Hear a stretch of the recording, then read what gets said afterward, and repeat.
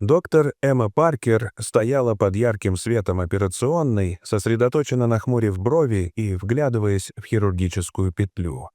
Она надеялась избежать посещения операционной, но ее попытки причиняли мальчику слишком много боли и страданий.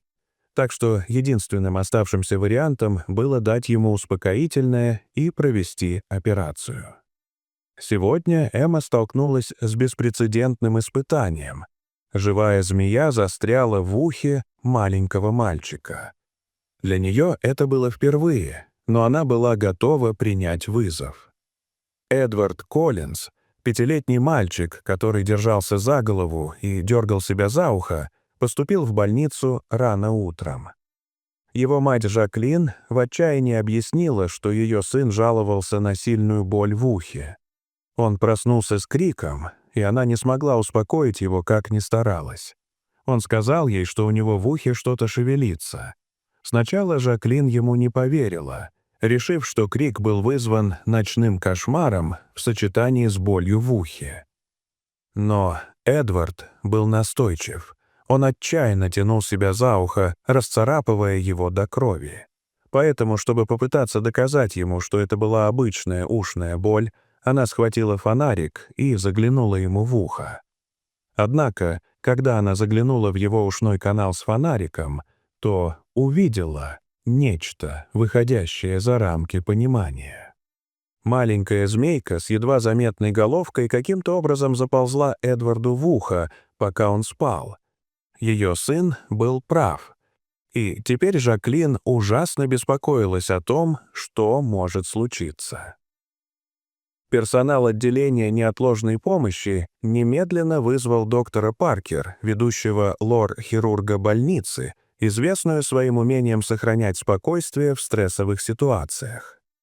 На протяжении всей своей карьеры доктор Паркер сталкивалась с самыми разными вещами, застрявшими в полостях тела людей, особенно с маленькими детьми, которые были известны тем, что засовывали разные предметы в уши и носы, когда их родители на секунду отворачивались. В большинстве случаев эти штуки можно было бы довольно легко удалить твердой рукой и при некотором содействии пациента. Необходимость в серьезном хирургическом вмешательстве возникала редко, поэтому, хотя доктор Паркер никогда раньше не удаляла змею из чьего-либо уха, она была уверена, что найдет способ вытащить это существо, не подвергая мальчика хирургическим травмам. Первым делом она попыталась выманить змею без инвазивных процедур. Доктор Паркер осторожно уложила мальчика на бок, наклонив ухо вверх, и предприняла попытку нехирургического удаления с помощью небольшого отсасывающего устройства и деликатных инструментов, предназначенных для удаления инородных предметов из ушных каналов. Идея заключалась в том, чтобы создать мягкое отрицательное давление, которое могло бы побудить змею выползти самостоятельно, минимизировав травму для мальчика. Пока она работала, Эдвард начал хныкать, его глаза были прищурены от боли. Поэтому доктор Паркер решила сменить тактику. Она усадила Эдварда на стул и попыталась достать змею большим пинцетом. Она ясно видела змею, но каждый раз, когда ей казалось, что она держит ее в руках, казалось, что какое-то сопротивление мешает убрать ее. Змея, почувствовав беспокойство, забралась глубже в канал, усиливая хватку, и страдания Эдварда усилились. Его маленькое тельце задрожало, а кардиомонитор показал резкий скачок показателей. Увидев это, доктор Паркер понял, что другого выхода нет.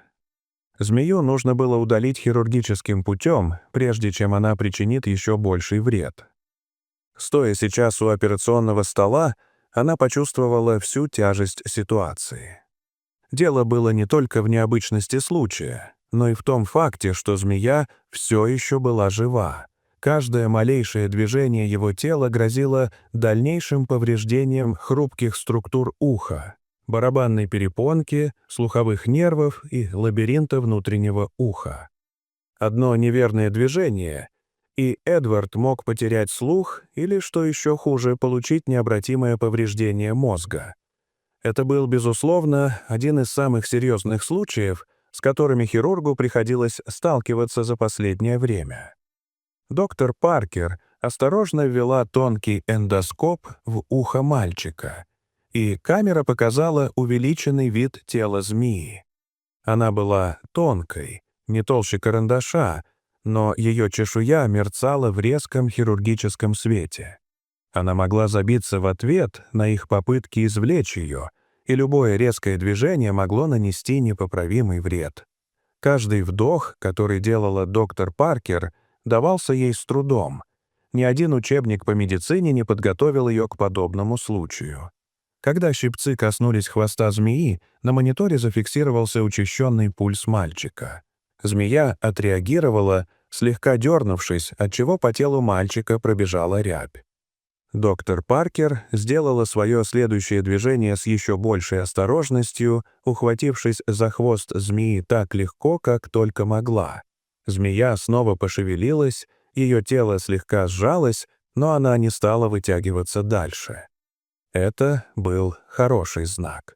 Эмма начала медленно тянуть, стараясь не давить слишком сильно на слуховой проход мальчика. Потянув, она почувствовала сопротивление, которое ощущала, когда Эдвард бодрствовал. Что-то было не так. Змея застряла. Но это не было агрессивное сопротивление со стороны змеи. Казалось, что-то в глубине слухового прохода удерживает змею на месте. Эмма лихорадочно соображала, рассматривая все возможные варианты. Не застряла ли ушная сера на барабанной перепонке? Она не могла видеть достаточно четко. Ей нужно было рассмотреть все получше. Она осторожно извлекла щипцы и настроила эндоскоп, чтобы поближе заглянуть в слуховой проход. От того, что она увидела, у нее по спине пробежал холодок. Змея обвилась вокруг небольшого острого инородного предмета, крошечного металлического кусочка, застрявшего в барабанной перепонке. Судя по всему, это была деталь старой игрушки, которую Эдвард, должно быть, втайне от всех вставил себе в ухо, возможно, несколько месяцев назад. Присутствие постороннего предмета делало ситуацию еще более опасной. Теперь доктору Паркер нужно было не только удалить змею, но и постараться не потревожить предмет, который мог легко повредить барабанную перепонку или вызвать еще большее кровотечение, если потянуть не в ту сторону. Удаление постороннего предмета само по себе было достаточно деликатным делом, но с обвившейся вокруг него змеей это казалось почти невозможным. Было очевидно, что мать не знала об этом. Но мальчик наверняка помнил, как что-то засовывал себе в ухо, если бы только он сказал до того, как ему дали успокоительное. Если бы она попыталась вытащить змею сейчас, она могла бы утащить предмет за собой, причинив катастрофический ущерб. Однако, если бы Эмма попыталась извлечь предмет первым, неизвестно, как отреагировала бы змея. Это была огромная головоломка, на которую, казалось, не было правильного ответа. В голове у нее царил шквал вычислений. Эмма знала, что торопиться нельзя. Одна ошибка могла стоить Эдварду слуха или чего похуже. Ей нужно было обездвижить голову змеи.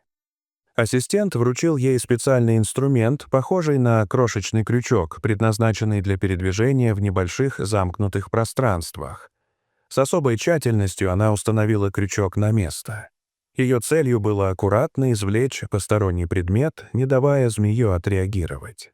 Это требовало терпения и осторожности, но доктор Паркер знала, что как только она завладеет предметом, ей придется действовать быстро, прежде чем змея поймет, что происходит. Сделав глубокий вдох, ей, наконец, удалось извлечь инородный предмет, осторожно вынув его из уха мальчика. Теперь наступил самый критический момент. Змея, больше не попавшая в ловушку, может запаниковать, начать метаться или кусаться. Сердце доктора Паркер бешено колотилось в груди, когда она снова сосредоточилась на змее.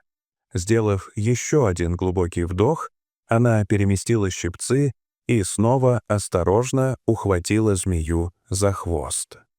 Медленно, миллиметр за миллиметром, она вытащила змею. На этот раз сопротивления не было, но хирург не хотел праздновать это раньше времени. Только когда змея была извлечена, она почувствовала себя счастливой. Теперь оставалось только проверить ухо Эдварда и привести его в чувство. Жизнь мальчика была спасена, но, похоже, доктору Паркеру необходимо было серьезно поговорить с ним о посторонних предметах, которые он, возможно, хотел бы засунуть себе в уши. Хотя змея появилась не по его вине, он усугубил ситуацию, засунув игрушки в уши, и это чуть не убило его. В последующие дни Эдвард, на удивление, быстро поправился. Повреждение его уха было минимальным, и не было никаких признаков неврологических последствий. Его слух остался нетронутым, и его родители были бесконечно благодарны бригаде хирургов за их усилия. Змея, которая была идентифицирована как безвредный вид, была благополучно вывезена. В некотором смысле то, что она каким-то образом забралась в ухо, было удачным поворотом событий. Дорогие зрители, что вы думаете об этой истории?